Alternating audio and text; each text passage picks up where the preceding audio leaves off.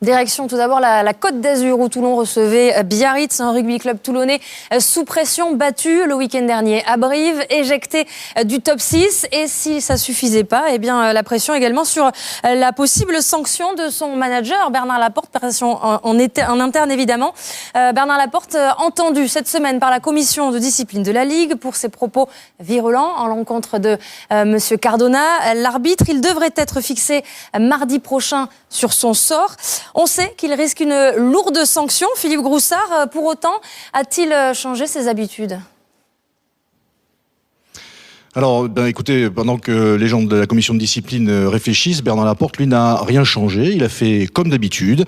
Prums à la sortie du bus au milieu des supporters. Et puis, dans le vestiaire, un mélange de tension et de sérénité. En tout cas, sur le terrain, les choses étaient très claires. Côté toulonnais, on a, dans les premières minutes, refusé de taper 2 pénalités pour aller chercher des touches. On multiplie les offensives dans ce début de match avec ici Mitchell qui est pris par les Biarros en blanc. Ballon pour Claessens qui accélère, qui passe les bras et qui trouve Giovanni Kirk pour le premier essai de cette rencontre après seulement 7 minutes. Ça fait 5-0 pour Toulon. Excellente entame de match pour les Toulonnais. Mais Biarritz n'est pas ridicule, loin de là. Les Biarros n'hésitent pas à relancer des ballons de leur propre 22 mètres. Ils profitent également des fautes des Toulonnais avec des pénalités pour Dimitriashvili. Ils vont en passer 2 et permet à Biarritz de passer devant au score pour mener 6-5 après 17 minutes. 2 minutes plus tard, on retrouve les Toulonnais à l'attaque avec ce ballon sorti pour Burden qui joue avec Smith qui redouble avec Burden qui ne va pas écarter, qui part en percussion. Il est plaqué à son tour, mais le ballon sort à nouveau pour les Toulonnais avec Claessens qui porte le ballon, la longue passe jusqu'à Dylan Armitage, la fin de passe vers l'extérieur et Dylan Armitage qui va aller marquer le deuxième essai des Toulonnais dans cette rencontre. Toulon qui reprend l'avantage pour mener 10-6 alors qu'on est à la moitié de cette première période. Mais je vous le disais, les Biarros réussissent une excellente première période, peut-être la meilleure période de leur saison. En tout cas, on les retrouve ici dans la moitié de terrain de Toulon et eux aussi se créent des occasions avec ce ballon pour Emmanuel Arinordoki en force qui s'approche de la ligne dans le but des Toulonnais. Il est repris à 1 mètre, mais le ballon est toujours en faveur des Biarros. Yashvili sort ce ballon, l'a sauté pour Bourotou qui va aller marquer le premier essai des Biarros dans cette rencontre. C'est mérité pour Biarritz qui fait jeu égal avec cette équipe de Toulon et Biarritz qui reprend l'avantage pour mener 11-10 sur la pelouse des Toulonnais. Et puis l'un des faits marquants de cette rencontre, c'est la domination de la mêlée biarrote sur la mêlée toulonnaise. Alors il faut savoir quand même que côté toulonnais, il n'y a pas de pilier droit puisque Castro Giovanni et Chila Chava sont en sélection et que Karleman a dû déclarer forfait juste avant la rencontre. Dimitriashvili lui passe 3 points supplémentaires et à la pause, surprise, c'est Biarritz qui mène sur la pelouse de Toulon 14-10. Bernard Laporte lui va sortir 5 minutes avant ses joueurs, sortir des vestiaires 5 minutes avant ses joueurs. Ça a dû ronfler un petit peu dans les vestiaires.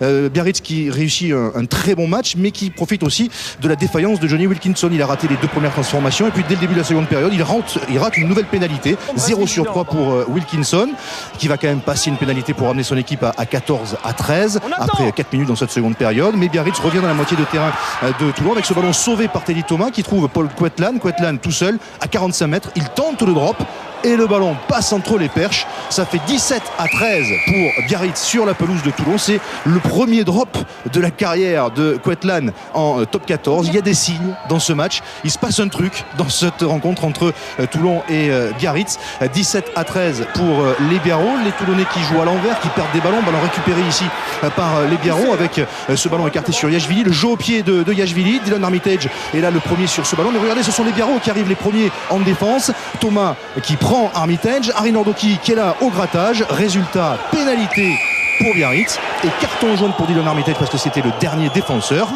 Double peine donc pour les Toulonnais et derrière la pénalité pour Dimitri Yashvili qui là encore va passer et Biarritz qui mène 20-13 sur la pelouse de Toulon après 8 minutes en seconde période. Johnny Wilkinson lui a retrouvé la mire, il va passer 2 pénalités pour ramener une nouvelle fois l'équipe de Toulon à une longueur des Biarros. Biarritz qui ne mène plus que 20-19 à l'heure de jeu. Mais cette équipe de Toulon n'est pas dans son assiette. Les Toulonnais qui n'arrivent plus à mettre en place leur jeu offensif à l'image de cette action avec des ballons tombés, cette action qui va se terminer en touche. Il y a du doute dans le camp toulonnais. Biarritz mène toujours d'un petit point 20-10 99 alors qu'il reste 5 minutes à jouer. Et puis il y a ce plaquage à retardement de Sinaigel sur Guito, carton jaune pour Sinaigel. Les Biarros se retrouvent à 14 et même à 13 parce qu'il n'y a plus de pilier gauche, donc du coup règle de la carence. On va simuler les mêlées. Derrière il y a la pénalité de Wilkinson. On est à 4 minutes de la fin de ce match. Wilkinson qui a l'occasion de mettre les Toulonnais devant au score. La pénalité de Wilkinson qui atterrit sur le poteau. Ballon récupéré par les Biarros avec Perolong pour Yachvili qui est pris par Mitchell, repoussé dans son but. Le ballon est perdu par Yachvili et c'est Guito qui surgit pour aller aplatir dans l'embut des Biarros. Quel coup du sort, terrible coup du sort pour cette équipe de Biarritz. Et c'est accordé à Matt Guito. Alors on n'a pas très bien compris ce qu'a voulu faire Dimitri Yachvili, peut-être faire une passe à un coéquipier alors qu'il est dans son embut. En tout cas c'est Toulon qui a repris l'avantage et qui mène 26-20 dans cette fin de match. On est dans les dernières secondes de cette rencontre. Biarritz est toujours à 13 et les Toulonnais ont le ballon avec ce ballon écarté. Il y a un surnombre sur l'extérieur, le ballon qui va aller jusqu'à Dylan Armitage et qui va se détendre pour aplatir dans l'embut de Biarritz. Arbitrage vidéo demandé. On va s'apercevoir sur la vidéo que Dylan Armitage aplatit le ballon sur la ligne. L'essai est accordé. C'est l'essai du bonus offensif pour Toulon. Un bonus offensif miraculeux pour les Toulonnais qui s'imposent au final 33-20 avec donc ce point de bonus offensif. C'est terriblement cruel pour les Biarros et pour Dimitri Yachvili. Repartir avec 0 points, c'est pas payé. Mais les grandes équipes jouent bien jusqu'au bout. Voilà, on était perturbé par ce carton jaune. On n'a pas su tuer le match comme on aurait pu le faire si on était en pleine confiance. Malgré tout, on a montré une belle image. On s'est battu et on se battra jusqu'à la fin. Et du côté de Toulon, Philippe, est-ce qu'on préfère retenir cette fin de match qui offre ce bonus ou s'arrêter sur un match quand même compliqué, sur une bonne heure de jeu ? Il n'y avait pas de colère du côté toulonnais, très honnêtement. Il y avait surtout du soulagement, parce que je vous le disais, c'est une victoire finalement inespérée, un bonus offensif miraculeux. Je vous propose d'ailleurs d'écouter le président du RCT, Mourad Boudjelal, au micro de Jean-Baptiste Esculier. Il y a 20 minutes, j'étais en train de chercher les mots pour expliquer qu'on ne serait pas en H-Cup la saison prochaine. Comment faire pour le recrutement, comment expliquer à certains joueurs qui joueront pas à la H-Cup. J'essaie de trouver des mots pour qu'il n'y ait pas une démobilisation pour les prochains matchs. Tout ça pour nos partenaires, voilà, pour nous excuser. Mais 20 minutes après, on est dans la joie inverse, quoi, voilà.